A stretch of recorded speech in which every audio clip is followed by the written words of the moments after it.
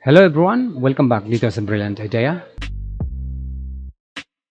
Sa video na ito ay ang gagawin natin ay mag-i-staking tayo gamit ang Unify Protocol DAO or UNFI.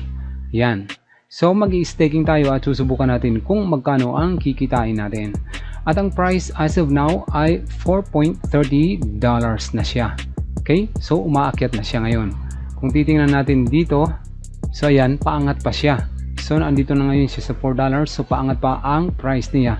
Kaya medyo maganda mag-staking ngayon. Pero gusto ko lang ulit sabihin sa inyo na ang cryptocurrency is very volatile.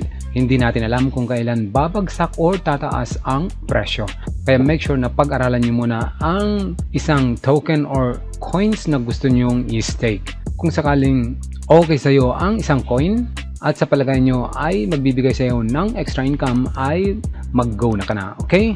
Kung sa palagay mo naman ay alanganin ka, so you have to make a right decision and make sure na magbitaw lang po kayo ng pera na kaya nyong mawala sa bulsa nyo, okay? So punta na tayo sa trading platform at ang gagamitin natin ay ang Binance. Dito tayo sa Binance at pumunta ka lang dito, click mo lang itong dotted icon na to or rectangles na to at pumunta tayo dito sa Launchpad, okay? Andito siya ngayon, Unify Protocol DAO or UNFI. Pwede ka dito gumamit ng BUSD sa pag-stake, Ethereum, and BNB. Okay? Ang gagamitin ko ay BNB. And since wala akong BNB token, kaya bibili ako ng BNB token. So pumunta tayo sa CoinsPH ko. And meron ako ditong 25 XRP. XRP ang gagamitin ko pagbili ng BNB token since XRP ay mura lang ito at mababa ang transaction fee at napakabilis pa ng processing nito. Kaya ito ang gagamitin ko. Balik tayo sa Binance at kunin natin ang XRP wallet address nito. Click mo lang itong exchange tab and then go to basic. Yan. At pagkatapos ay punta ka sa wallet and then go to fiat and spot wallet.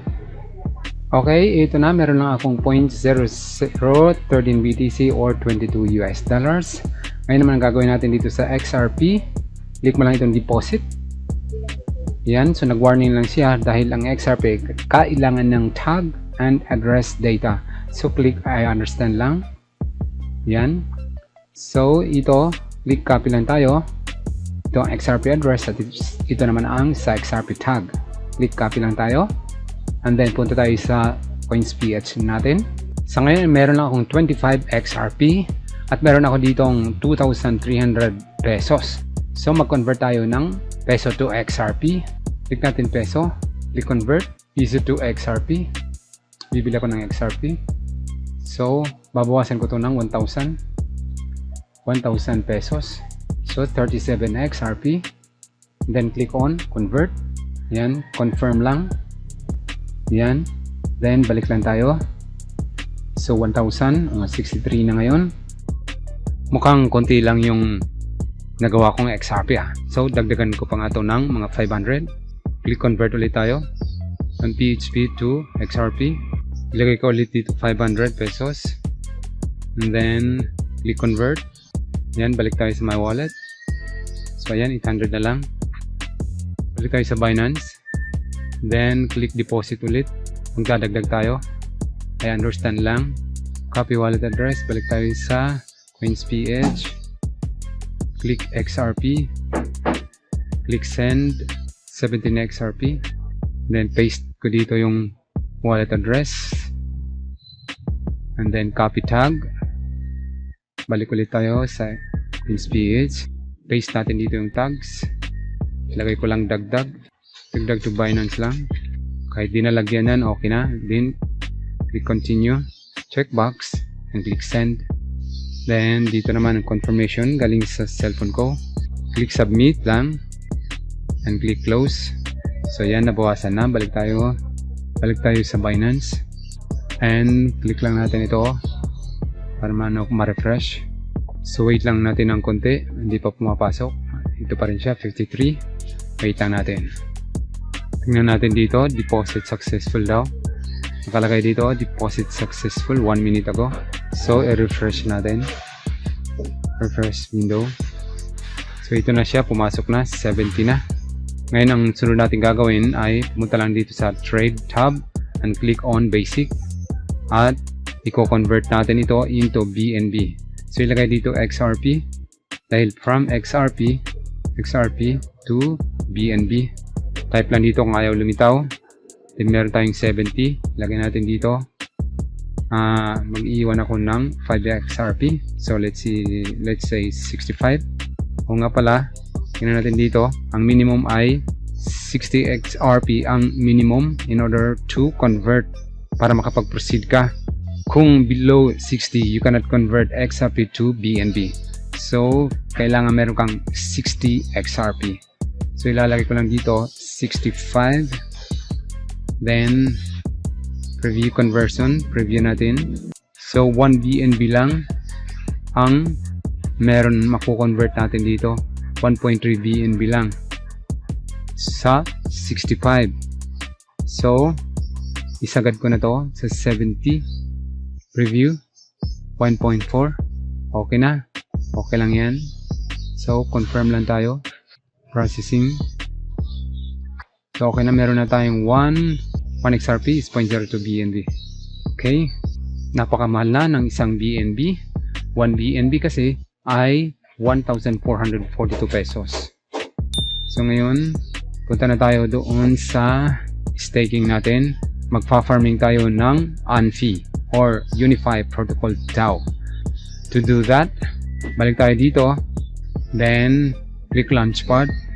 And, click natin itong staking tayo ng BNB. So, ang gagawin mo lang dito in order to participate for this staking ng Binance. Then, click na natin itong stake. Yun lang ang gagawin mo. Pag meron ka ng BNB, click mo lang ito. So, meron ka dito ang 5.76% yield per year. So, annual yield in 30 days. Malapit ang matapos ang staking na ito. Kung mapapansin nyo dito, konti na lang, 72% na ang nakukonsume. Nahuli ako dahil bago ko lang nabuksan ang email ko. Nag-email doon si Binance. So, sayang, nahuli ako. Pero, may konti pa naman, so try lang natin ito. So ang gagawin lang natin ay click mo lang itong stake in order to participate this farming ng Binance. Click stake lang tayo. Then ang gagawin natin is click lang natin itong stake. Then click lang natin maximum. Click lang on stake. So linagay ko lang sa maximum. So click stake lang tayo. So ito na siya. Successful na. So wait lang natin dito ang reward natin dito. So, ganun lang ano. So, ito ngayon ang mga nakasalang sa BNB. 5,789,102 coins. So, napakarami. At ito naman ang today's Amphi pool reward na makukuha pag nag-participate ka. Ito naman ang total BNB pool reward within 30 days. At ito ang makukuha mong percentage per year. 5.72% ang makukuha ko. And for more information about this Amphi token, bisitahin nyo lang itong white paper. Ayan. So, andito siya. So, ito na yung white paper niya. So, nandito ang nakalagay ang buong information tungkol kay Unify Protocol. And as of now, $5.10 na ito. Kahapon, November 28, ay $4.30. And now, November 29, so tumaas siya ng $1 ulit. Naging $5.10 na siya. Magandang sinyalis ito. Kaya nag-stake ako dito. So sinubukan ko lang kung magkano ang kikitain ko. Okay? Alright. As of now, ito na ang progress ng farming natin ng Unified token. Meron ako dito ang 0.0016 Amphi. It's been a day since nag-participate ako dito sa farming. Kung titingnan natin dito ang staking history. So, November 29 ako nag-participate dito sa farming na ito. Ito sa launch pool ng Binance. Balik tayo. Ayan. Kung titingnan natin dito ay meron lang akong 13 hours at matatapos na ang farming. Kunti lang ang ma-harvest ko. Pero okay lang yan dahil late naman ako. Ang kagandahan dito sa farming na ito, our money is more safer compared to yield farming sa ibang site. Why? Because we are staking inside Binance, the world's largest cryptocurrency trading platform. Unlike to other site, lalo na kung maliit pa ito, pag nagsara ang site ay tangay lahat ang pera natin kasama na ang puhunan. Dito, pwede nating i-redeem agad ang staking rewards natin, including na ang capital investment natin. Okay? Pwede na natin ito i-claim kahit konti pa lang. So, subukan natin i-claim. It's been a day. 1 day pa lang mula nung sumali ako. Click claim tayo. So, ayan. Claim rewards tayo. Ayan. Claim successful at nawala na sa rito. Ito namang BNB ko.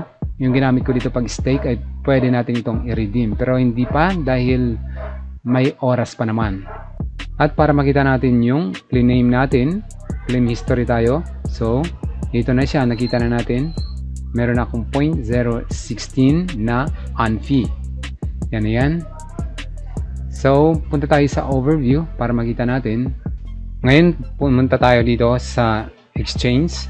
Doon sa spot wallet ko. Then, punta ka dito sa wallet and click on fiat and spot wallet. Tingnan natin. So, ito na siya guys. Kanina wala ito.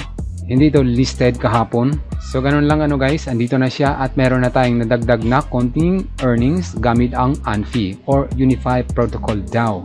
At ang BNB ko naman as of now ay ito pa lang, konti pa lang. At ang BNB coins ko naman ay ito pa lang since nakasalang pa ito sa farming. So, ganun lang guys, napakasimple lang ang staking strategy na ito. At malapit na itong matapos.